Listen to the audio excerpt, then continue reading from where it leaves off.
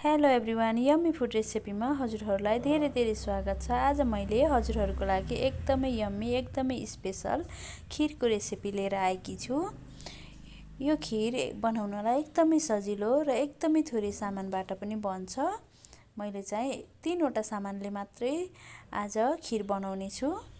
आशा छ हजुरहरूलाई मनपर्छ। यो रेसिपी बनाउनलाई एकदमै सजिलो र खानलाई एकदमै मिठो, जसलाई चाहिँ खिर बनाउनलाई चाहिँ धेरै सामान चाहिन्छ भन्ने लाग्छ, उहाँहरूको लागि स्पेशल यो रेसिपी लिएर आएकी छु। खिर बनाउनलाई धेरै सामान हजुरहरूको इच्छा भए पनि हुन्छ र नभए पनि थोरै सामानबाट पनि बन्न सक्छ।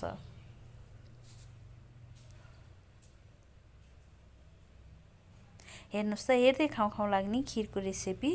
अब भने म सुरु गर्न जाँदैछु। आशा छ हजुरहरूलाई मनपर्छ।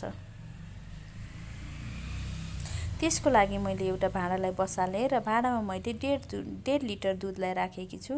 एकदमै फुल क्रिम मिल्क हो। यसलाई चाहिँ राखेर मैले एकछिन चलाउँछु र यसलाई मैले अब उम्लिनको लागि छोड्छु। दुध उम्लिसकेपछि पनि मैले 3-4 मिनेट जस्तो एकछिन पाक्न दिन्छु। यत्तिकै उम्लेर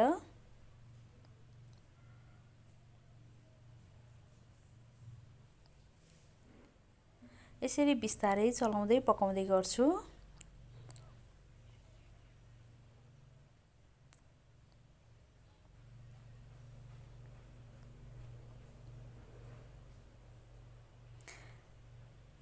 अब भने मैले यसमा चामल राख्न जाँदैछु। चामल भने मैले 1.5 लिटर दुधलाई 1.5 मुठी मात्रै लिएकी छु।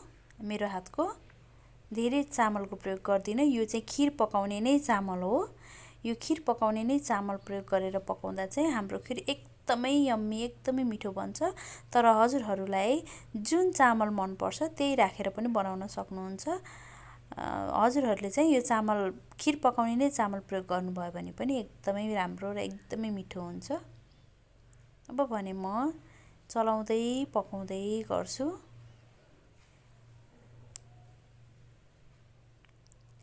हामीले चाहिँ एकदम मिडियम टु लो हिटमा राखेर खिरलाई पकाउनु पर्छ।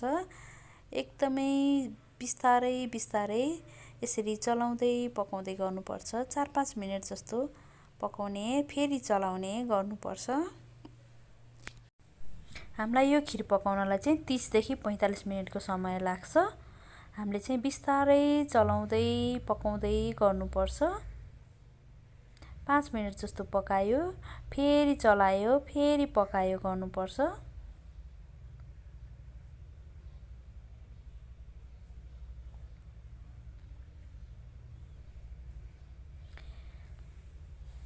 यस्तै पुरा भिडियो हेरेर हजुरहरूलाई कस्तो लाग्छ लाइक, कमेन्ट र सेयर गरिदिनु होला है। र यस्तै नयाँ नयाँ भिडियोहरू हेर्नको लागि हाम्रो च्यानललाई सब्स्क्राइब गरिदिनु होला र छेउमा रहेको बेल आइकनलाई प्रेस गर्न नबिर्सिनु होला।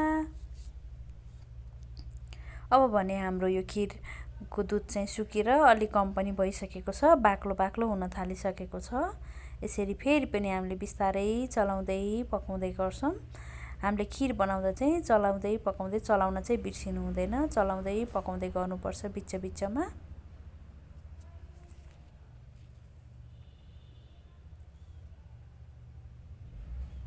यसरी बिस्तारै चलाउँदै पकाउँदै गर्दा पिँधमा लाग्ने डर पनि हुँदैन। र यसरी साइडबाट पनि मैले यसरी कोतार्दै चलाउँछु। यो साइडमा लागेको झन् एकदमै मिठो हुन्छ। त्यही भएर यसरी पकाउने बेलामा बिस्तारै चलाउँदै पकाउँदै, बिस्तारै चलाउँदै पकाउँदै गर्नुपर्छ।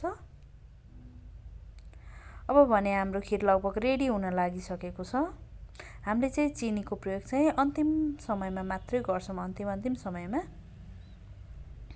लगभग हाम्रो खिर पाकिसकेपछि हामीले चिनीको प्रयोग गर्छौँ। र हाम्रो खिर लगभग रेडी भइसकेको छ। अब भने मैले यसमा 5 चम्चा चिनीलाई पनि राख्छु। चिनी चाहिँ हजुरहरूले आफ्नो टेस्टको एकर्डिङ कतिको मनपर्छ, एकदमै धेरै गुलियो मनपर्छ भने अलिक धेरै चिनी राख्नुहोला र कम मनपर्छ भने अलिक कम चिनी राख्नुहोला।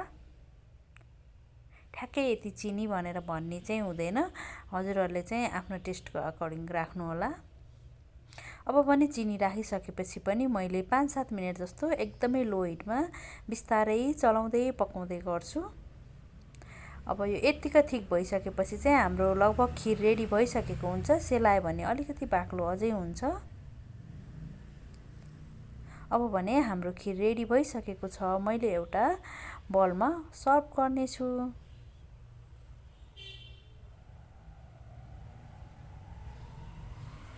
अब हजुरहरूले पनि एकपल्ट यो रेसिपी बनाएर ट्राई गर्नुहोला र प्रतिक्रिया दिनुहोला। हवस् त, बाइ, सी यू नेक्स्ट भिडियोमा।